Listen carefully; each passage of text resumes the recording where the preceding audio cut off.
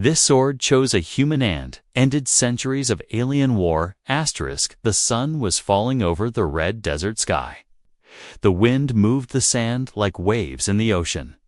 Jake, a human scavenger, walked alone with a dusty backpack and tired eyes. He was searching for old tech, lost weapons, or anything he could sell for food. He didn't expect to find a sword, and definitely not that sword. Jake saw something strange sticking out of the ground. It shimmered in the evening light. At first, he thought its sword was just scrap metal, but as he pulled it out, his breath stopped. It was a long, sharp alien sword, with silver-black metal and strange blue lines glowing on its surface. It felt warm in his hands, almost alive. He looked around, but the desert was empty. Still, he couldn't shake the feeling that something or someone was watching him. He lifted the sword and admired its beauty. It was different from human weapons. Elegant but strong. As he turned it in the light, a voice rang out, deep and strong.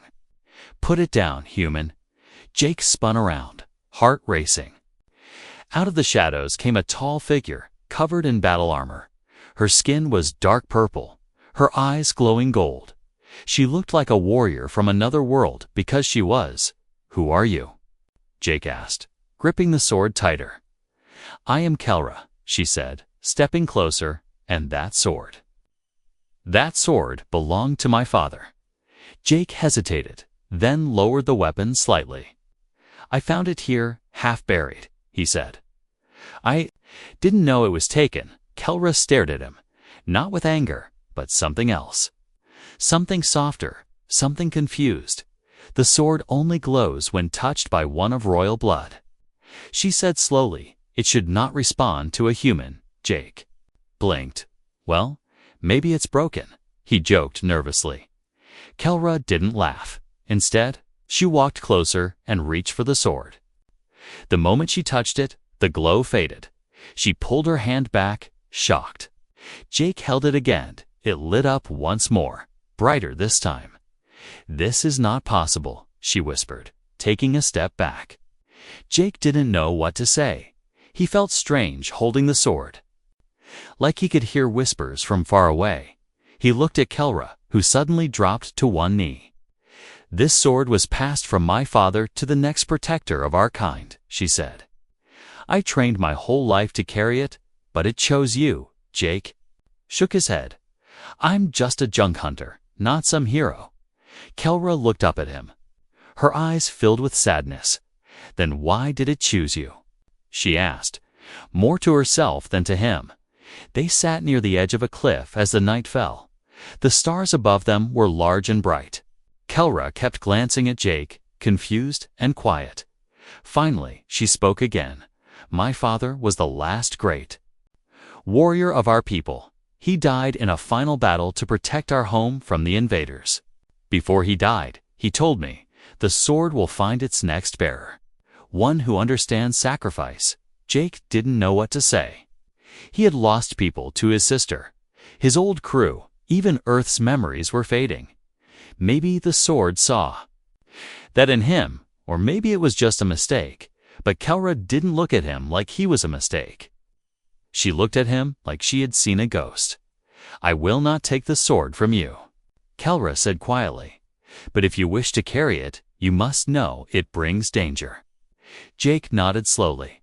"I've faced danger before," he said. "Then follow me," she said, standing tall. "There are things you must see, and questions only the sword can answer." As they walked away into the desert night, neither of them noticed the glowing red eyes watching them from behind the rocks. The hunters had seen the sword's light, and they were coming. The desert wind howled through the narrow rock paths as Jake followed Kelra in silence. His boots crunched over strange sand that sparkled faintly under the twin moons above. The sword strapped to his back felt heavier than before, as if it now carried a burden he didn't understand. Kelra had barely spoken since they left the battlefield. Her golden eyes flicked over the shadows like a trained warrior. But something about her had changed. She was quiet, almost fragile behind her armor.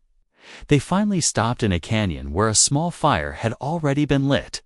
Jake blinked in surprise, wondering who had made it. Kelra simply sat beside it like it was waiting for her. He joined her, unsure of what to say, for a moment. Only the crackling fire spoke between them. Then, without warning, Kelra took off her armor, piece by piece. Underneath, she wore a torn battlesuit marked with old scars and dried blood. Jake looked away politely, but when he turned back, her eyes were closed and her head lowered. "The first time I held that sword," she began, voice low and steady, "I was only 6. Jake listened carefully, sensing the weight behind every word. "My father gave it to me to carry for just a moment, but it didn't glow," she continued. "I trained for years, thinking it would someday choose me, but even on the day he died, it stayed cold in my hands." She looked at Jake, her eyes no longer hard, but filled with sadness. "And then it glows for you, a human," Jake wanted to explain, to say he didn't plan any of this. But he couldn't lie. Something inside him had changed when he held the sword. It was more than just metal and lights. It felt like a memory, a voice buried deep inside. Kelra reached out and placed a small object near the fire. It was a holostone. Cracked and flickering, a scene appeared, a memory from long ago. A strong alien warrior stood on a battlefield, holding the same sword now on Jake's back. He was tall, with burning eyes and a calm voice. He looked directly into the camera and said, "If you're watching this, I have fallen." Jake leaned in, eyes locked on the vision. "This sword holds more than just power," the man continued. "It holds our past and maybe our future." The image shook and turned to static, the firelight dancing over their faces. Kelra didn't say a word, just stared at the dying projection. "I'm not your father," Jake said gently, "but if this sword wants me, I'll try not to waste it." Kelra gave a weak smile, one that didn't reach her eyes. "You don't understand, Jake," she whispered. "This sword carries blood, sacrifice, and legacy. The one who carries it will be hunted, hated, and tested, Jake. Swallowed hard, and you'll help me?" Kelra stood slowly, placing her armor back on. "I will walk beside you, not as a guard, but as someone who failed once already." She said, "I will not fail again." Suddenly, the fire cracked louder than before, and both turned toward the shadows. Something had moved beyond the rocks. Jake stood, hand reaching for the sword. Kelra already had her blade out, eyes scanning the darkness. Then, a sharp sound, like metal grinding against stone, echoed through the canyon. Jake's heart pounded as a figure stepped into the firelight, tall, wrapped in black, face hidden under a broken mask. "You carry the sword of the last guardian," the stranger said, voice dry like dust. "It does not belong to you, human." Jake's grip tightened. "Then come take it." The masked figure raised a clawed hand and pointed at Kelra. "You failed once," he said coldly. "You will fail again." Then he vanished back into the shadows like smoke. Kelra's body shook, not from fear, but from rage. "That was one of them," she growled. "The ones who betrayed my father." Jake looked into the night where the stranger had gone. He felt the sword pulsing faintly on his back. Whatever this sword meant, it was no longer just a relic. It was a signal, and it had been heard. The desert felt colder now, and the silence heavier. Neither of them slept that night. The past was returning, and this time it had chosen Jake as its voice. The stars were still fading when the first arrow struck the rock beside Jake's head. He hit the ground fast, sand flying into his mouth as Kelra grabbed his arm and pulled him behind cover. Another arrow whistled through the air and buried itself in the stone wall, still hot with red energy. "They found us," Kelra said sharply, her eyes flashing gold in the pale light. Jake didn't ask who they were. He already knew it was the same group that sent the masked figure before he could stand. Kelra shoved something into his hands, A small alien device with buttons he didn't understand. "Press the blue when I say," she said quickly. Then she jumped over the rock, moving like a shadow, fast and silent. Jake watched in awe as she rolled through the dust and took down one attacker with a silent blade strike. 2 others jumped from the cliffs, wearing armor that looked old but deadly. Kelra fought them without hesitation, blocking strikes, flipping over their heads, and slamming them into the ground. But they just kept coming, more shadows moving across the rocks. "Now!" Kelra shouted, and Jake pressed the blue button. A burst of light exploded from the device, blinding everyone nearby for 2 seconds. It was enough. Kelra grabbed Jake again and they ran, dodging beams and flying knives. They didn't stop until they reached a broken cave entrance hidden beneath a ledge. Inside, it was cold and dark, the walls glowing faintly with strange alien markings. Jake leaned against the wall, breathing hard. Kelra stood guard, sword in hand, watching the entrance with calm fury. Jake finally asked, "Why do they want the sword so badly?" She turned to him slowly, her voice cold, "Because it carries something they fear." She walked deeper into the cave, her steps echoing softly. Jake followed, the sword still glowing on his back. Kelra touched the cave wall and whispered something. In her native language, the wall shimmered on, then opened, revealing a hidden chamber. Inside the chamber were old relics, glowing crystals, and a large mural painted on the stone. The mural showed an alien warrior with the same sword in his hand, standing over a battlefield of machines and beasts, but beside him, strangely, stood a human. Jake stepped closer, staring at the painted figure. "That can't be," he whispered. Kelra stared too, her face unreadable. "It's a prophecy," she said finally. A warning and a guide. Jake didn't understand everything, but he felt the weight of the moment. The sword pulsed against his back, almost like it recognized the mural. Kelra walked to a small altar near the wall and picked up an old scroll, sealed with a blood-red mark. She handed it to Jake. "This was meant to be read only by the chosen," she said, "but I never could open it." Jake held the scroll carefully, unsure. Then, as his fingers touched the seal, it cracked open with a soft hiss. Inside were old writings, glowing slowly as he read the first line out loud. "Let the one who bears the sword awaken the sleeping guardian." The chamber trembled lightly, dust falling from the ceiling.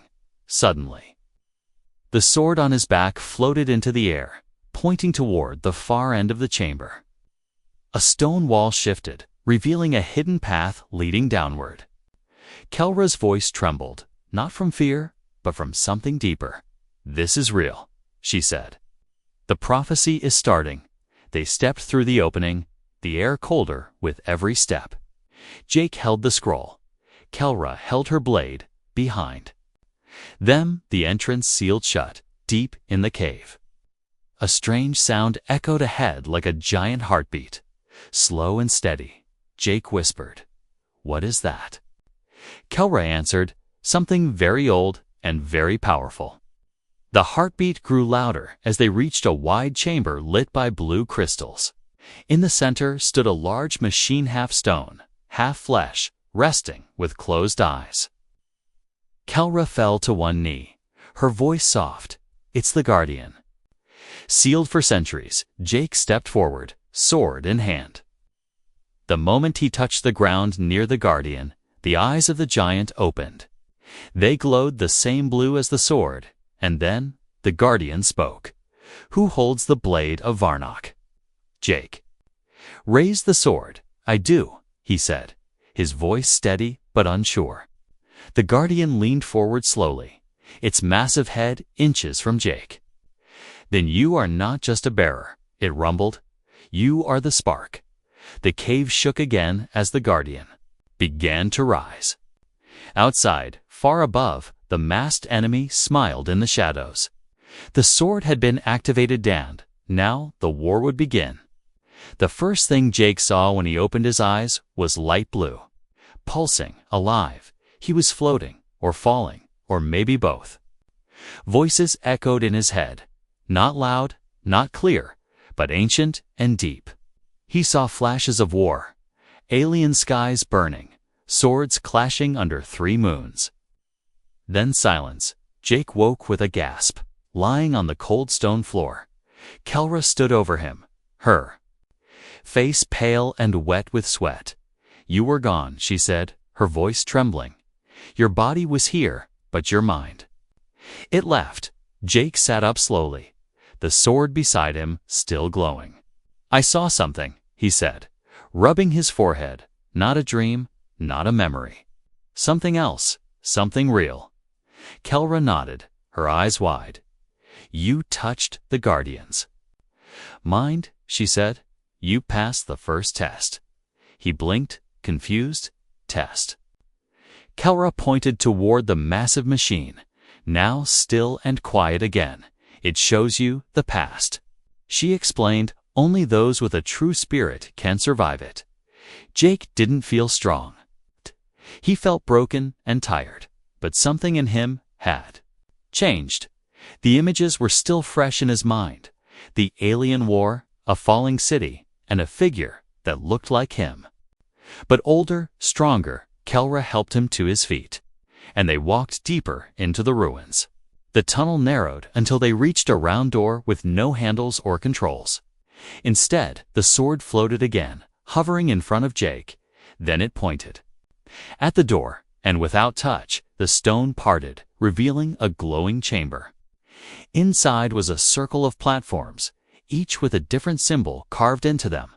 One glowed red, the others dull and lifeless. Kelra stepped back as the sword pulled Jake forward. "You must step on it," she said. Jake hesitated, but obeyed. The moment his boot touched the red symbol, the platform lit up. Energy raced through the walls, and a voice echoed all around. Them, one blood, one flame, one future, suddenly. Jake saw Kelra's father again, but this time he was speaking directly to him. "The sword chooses not by race," the memory said. "It chooses by loss, by courage, by purpose." Then the vision faded, leaving behind the smell of fire and iron. Kelra touched Jake's arm, her eyes softer than before. "I think I understand now," she said. "My people waited for a warrior of blood. But the sword wanted something else." Jake wanted to ask more, but a new sound interrupted them, mechanical. Footsteps above. Kelra turned her head sharply. "They're here again," she whispered. Back above the chamber, metal boots clanked on stone, and a voice barked orders in another language. Jake and Kelra ran down a narrow path, sword lighting their way. As they moved, the path sloped downward, leading them into a deeper part of the ruin. At the end of the tunnel, they reached a chamber unlike the others. It was open, wide, and filled with floating stones, slowly spinning in the air like they were underwater. At the center floated a glowing cube, cracked and flickering. With old energy, Jake felt pulled toward it. Kelra shouted, "Wait!" But it was too late. As Jake touched the cube, a blast of light threw them both across the room. The sword shot into the air and exploded into pieces, only to reassemble instantly. Sharper and brighter, the cube cracked open, releasing a storm of whispers and light. Then Jake screamed, falling to his knees. Images poured into his mind faster than before. A ship crashing, a voice screaming in his own language.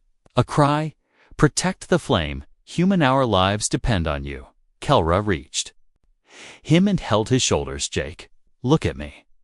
His eyes were glowing, blue fire dancing across his hands. And the sword floated behind him, burning like a star. Finally, the light dimmed, and Jake fell silent. He looked up at Kelra, eyes wide with fear and awe. "I think I know why I'm here," he whispered. Kelra whispered back, "Tell me." Jake stood slowly, gripping the sword tightly. "Because I was there," he said. "In another time, another life." I was there when the sword was first forged. The chamber began to collapse. Stones falling from above. Kelra grabbed his hand and they ran again, the walls crumbling behind them. They barely escaped through a side tunnel, emerging into the cool night outside. They both dropped to the ground, coughing, shaking, far behind them. The ruin was swallowed in dust and silence again. But the sword was awake now, and whatever Jake had become, the world was about to find out. Jake didn't remember walking, yet he was standing. The stars above him were gone, replaced by swirling clouds and flashes of silent lightning.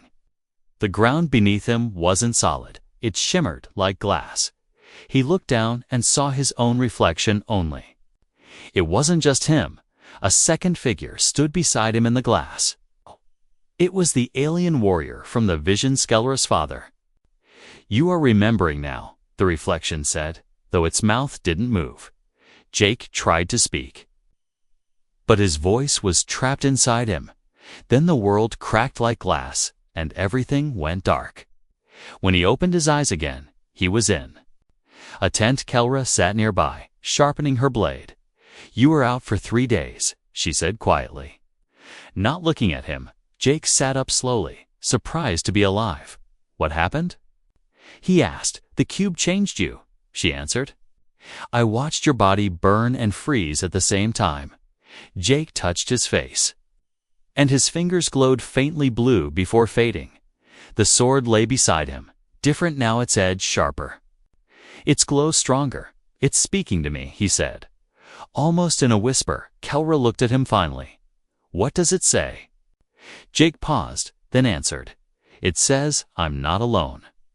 Kelra stood and opened the tent flap. Outside, they were no longer in the desert, but in the mountains, hidden, quiet, and far from the ruins. "I brought you here because the enemy is closing in," she said, "but also because there's someone you need to meet." They hiked up the rocky trail in silence until they reached a cliff. An old alien priest stood at the edge, looking out over the valley. His robes fluttered in the wind, and his eyes were covered with a cloth. But when Jake stepped closer, the old man spoke. "So, the flame has chosen a stranger." Kelra bowed slightly, but the old priest only kept staring into nothing. "I felt it the moment the sword awoke," he said, "a wave of energy that touched the sleeping ones." Jake asked carefully, "What sleeping ones?" The priest turned toward him. "Warriors sealed long ago, protectors made of light and stone. They will awaken soon, and not all will be friendly." Jake felt the sword pulse again, as if agreeing. Kelra stepped forward, her voice low. "Tell him what you told me, Elder." The priest nodded, then spoke slowly. "The sword is not just a weapon," he said. "It is a seed, a living core that remembers its master, and when reborn, gives part of that master to the next bearer." Jake's heart skipped. "You mean?" "Yes," the priest said. "You carry pieces of her father inside you." Kelra turned away, her face unreadable. Jake was stunned, unsure how to feel. "I don't want to become someone else," he said. The priest shook his head. "You won't, but you will carry his rage, his memory, and his oath." Then the sky darkened, and a strange sound filled the air like bones grinding against metal. Kelra stepped back, her eyes searching the sky. "They're here," she said. A black ship floated above the mountains, its surface rippling like liquid. Dozens of small machines dropped from it, crawling on legs, sniffing the ground like insects. Jake grabbed the sword and held it close. The old priest touched his shoulder.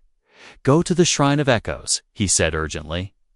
"If the sword sings there, you will unlock its final form." Kelra pulled Jake away as lasers struck the rocks behind them. They ran down the trail, chased by crawling hunters with red eyes and needle fingers. Jake turned and swung the sword once, just once, and a wave of energy knocked the machines back like wind pushing paper. Kelra stared at him, stunned. "You're not the same anymore," she whispered. Jake looked at his hands again. Glowing slightly blue? No, he said.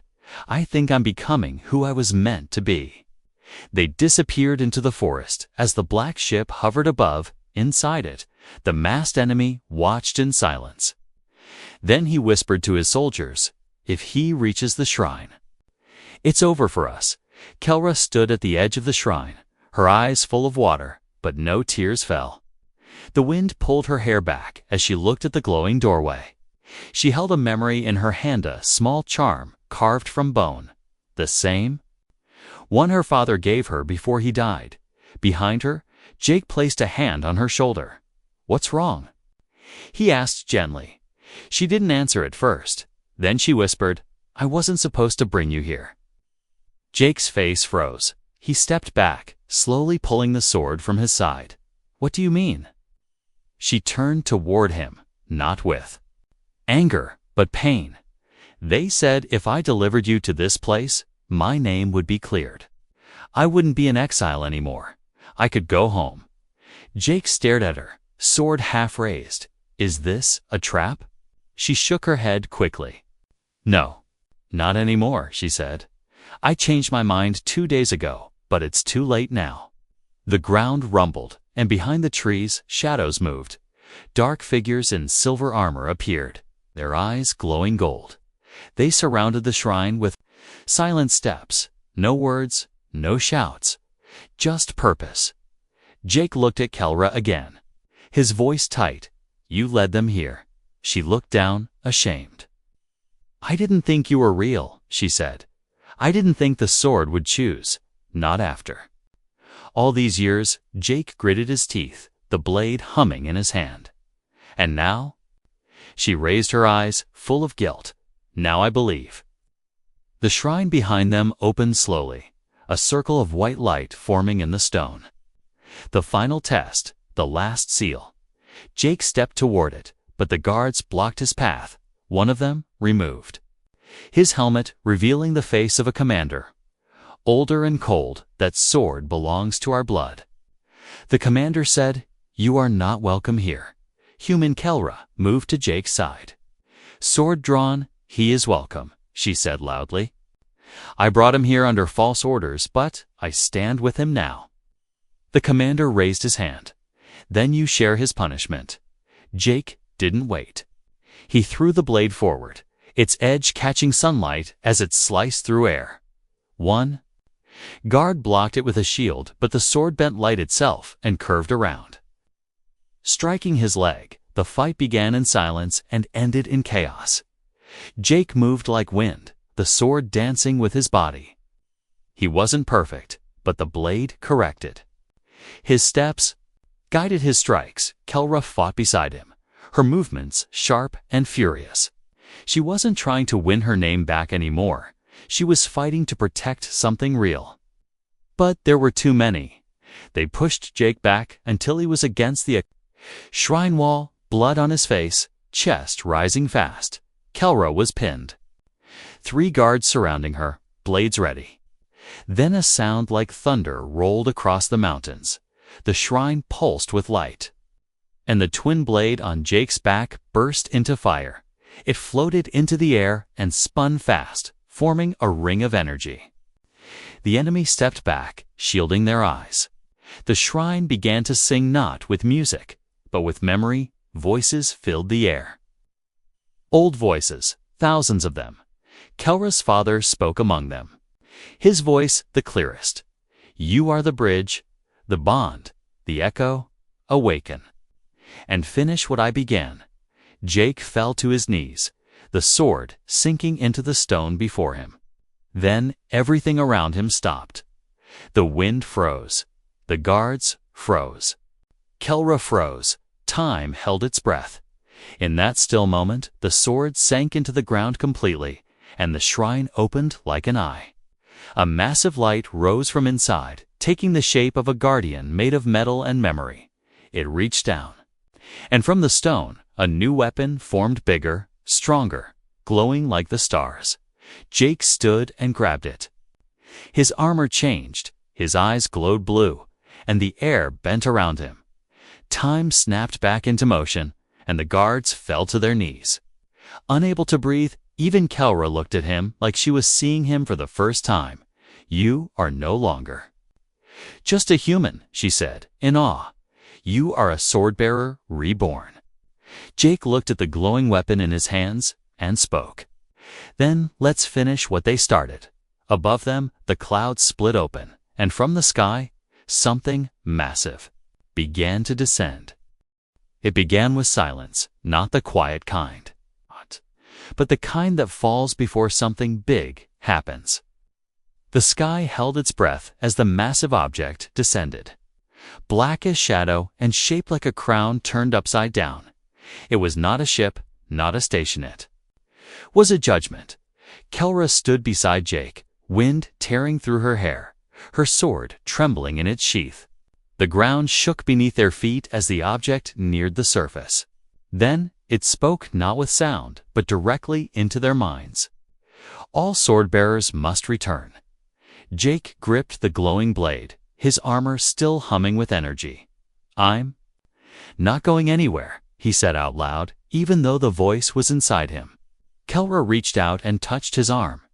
"It knows you carry him," she whispered. "It knows you're the last echo." A beam of light shot down from the sky crown and wrapped around them. But it didn't burn, didn't hurt.